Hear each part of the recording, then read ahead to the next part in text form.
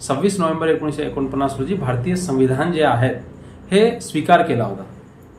आणि भारतीय संविधानाचे जे मूलभूत घटक आहेत किंवा भारतीय संविधानाची जी उद्देशिका आहेत याला सर्वस्वी मानून भारतामध्ये लोकशाही, गणराज्य यासोबतच सामाजिक, आर्थिक, न्याय, दर्जाची, संधींची समानता ह्या सगळ्या तत्वांसहित भारतीय संविधानाचा स्वीकार केला होता. 26 जानेवारी 1950 रोजी हेच संविधान मग संपूर्ण देशासाठी लागू करण्यात आलं होतं. त्यामुळं आजच्या कंडिशनला ज्या उद्देशाने भारतीय संविधानाचा स्वीकार केला होता, ज्या उद्देशाने भारतीय घटनाकारांनी, भारतीय समाजसुधारकांनी, भारतीय क्रांतिकारकांनी आपल्या प्राणाची आहुती दिली, आपलं सर्वस्व गमवून या देशाचं सार्वभौमत्व टिकवलं, अशा लोकांसाठी किंवा अशा लोकांनी आपल्या या आजच्या तरुण पिढींसाठी एक उत्तम आणि सुंदर भारत, सुंदर देश, सुंदर राज्य निर्माण केलं आहे. त्यामुळं या आजच्या तरुणांना, जे व्यसनाच्या आहारी गेलेले जे तरुण आहेत, अशा तरुणांना अतिशय उत्तम संदेश एका छोट्याशा कवितेच्या माध्यमातून मी तुम्हाला देणार आहे. त्यामुळं आपली आत्मभान ग्रामीण विकास संस्था जी आहेत हे व्यसनमुक्तीच्या अभियानासाठी सुद्धा आग्रही असते.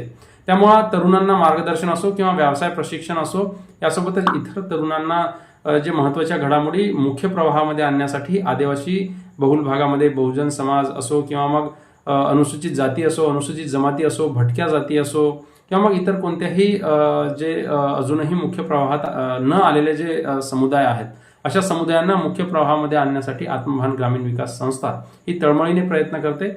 आणि त्यासाठीच एक छोटंसं गीत तुमच्यासमोर घेऊन आलो आहे. हे तरुणांना समर्पित आहे जे व्यसनांच्या आहारी गेलेले आहेत. युवक तू जाग, आता देश आहे जागला. युवक तू जाग, आता देश आहे जागला. पदोपदी अपमान कितीक सोसणार तू.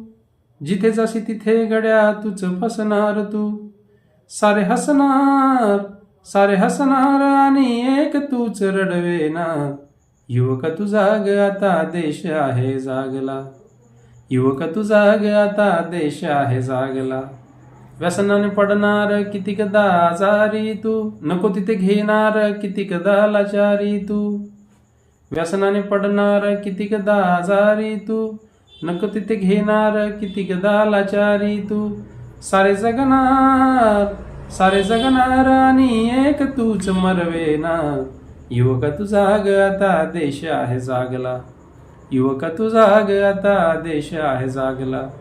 त्यामुळं जे हे व्हिडिओ पाहणारे जे या देशातले तरुण आहेत, या राज्यातले जे तरुण आहेत, त्या सगळ्यांना माझं एक विनंती आहे, एक आव्हान आहे की या व्यसनांच्या आहारी न जाता